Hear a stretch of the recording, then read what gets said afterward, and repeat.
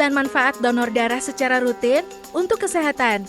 Ada banyak manfaat donor darah yang bisa kamu dapatkan saat melakukan aktivitas ini. Kebaikannya dapat dirasakan dengan baik, terutama bagi yang membutuhkan. Menurut Palang Merah Indonesia (PMI), secara perhitungan, kebutuhan transfusi darah sebesar 2% dari total penduduk Indonesia. Ini bisa jadi ajang menyebar kebaikan sekaligus menyehatkan tubuh. Berbagai manfaat donor darah untuk kesehatan. Lantas, apa keuntungan dari donor darah? Kamu bisa mendapatkan beberapa manfaat donor darah ini. 1. Menjaga kesehatan jantung. Penelitian berjudul Cardiovascular Risk in 159.934 Frequent Blood Donors While Addressing the Healthy Donor Factor yang terbit pada BMJ Journal menemukan meneliti 160.000 wanita yang mendonorkan darahnya secara rutin selama lebih dari 10 tahun. Menurut hasil studi di atas, donor darah menawarkan efek pelindungan jangka panjang terhadap penyakit kardiovaskular. Namun, efek ini hanya terlihat pada wanita dan bukan pada pria. Kegiatan ini bermanfaat untuk melancarkan aliran darah hingga mencegah penyumbatan arteri.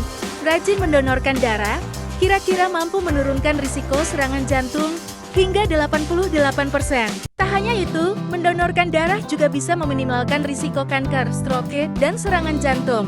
Menariknya lagi, manfaat donor darah juga bisa membuat kadar zat besi dalam darah jadi stabil. 2. Donor darah dapat mendeteksi penyakit. Sebelum bisa mendonorkan darah, tentunya kamu harus melewati sejumlah pemeriksaan. Prosedur standarnya adalah pemeriksaan darah untuk mendeteksi penyakit serius. Ada beberapa tes yang kamu perlu lakukan, seperti HIV, sifilis, hepatitis B, hepatitis C, hingga malaria. Tujuannya untuk mencegah penularan penyakit melalui transfusi darah. Prosedur ini juga menjadi lampu kuning bagi pendonor agar lebih memperhatikan kondisi kesehatannya sendiri. Jika terdeteksi gangguan, mereka bisa segera memeriksakan diri. 3. Donor darah tingkatkan produksi sel darah. Donor darah bukan berarti bisa mengurang kadar darah yang kamu punya. Justru, kegiatan ini bisa meningkatkan produksi sel darah merah. Setelah melakukannya, sel darah memang akan berkurang. Namun, sumsum tulang belakang akan segera memproduksi sel darah merah baru untuk menggantikan yang hilang. Proses ini akan memakan waktu beberapa minggu.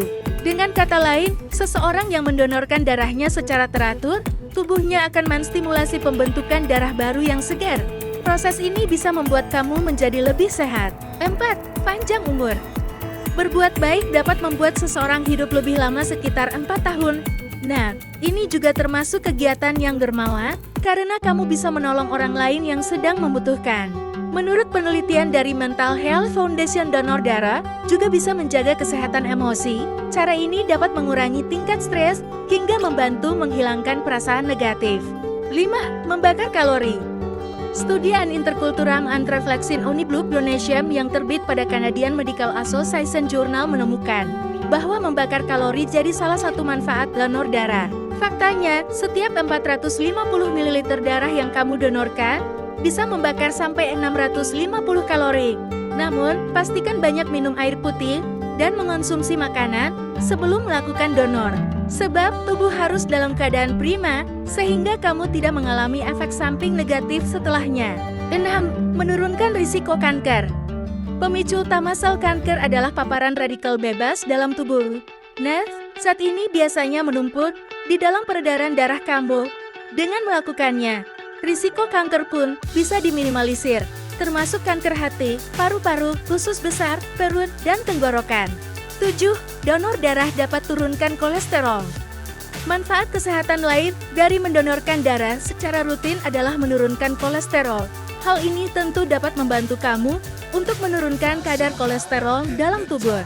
Dengan mendonorkan darah, secara kadar kolesterol akan berkurang seiring dengan lamanya pendarahan. 8. Menurunkan kelebihan zat besi.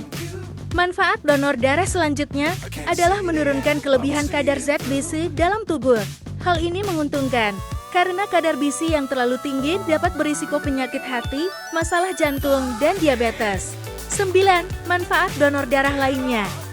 Selain beberapa poin di atas, menurut Unit Transfusi Darah HITI di Palang Merah Indonesia (PMI) Provinsi DKI Jakarta, donor darah juga dapat memberikan manfaat lainnya, seperti memaksimalkan kapasitas organ paru-paru, meningkatkan kinerja organ ginjal dalam membuang limbah, meningkatkan kesehatan psikologi atau mental, membantu melancarkan sirkulasi darah dalam tubuh, meningkatkan volume darah dalam paru-paru, menurunkan zaksen berlebihan di dalam darah, menghilangkan kaku di pundak.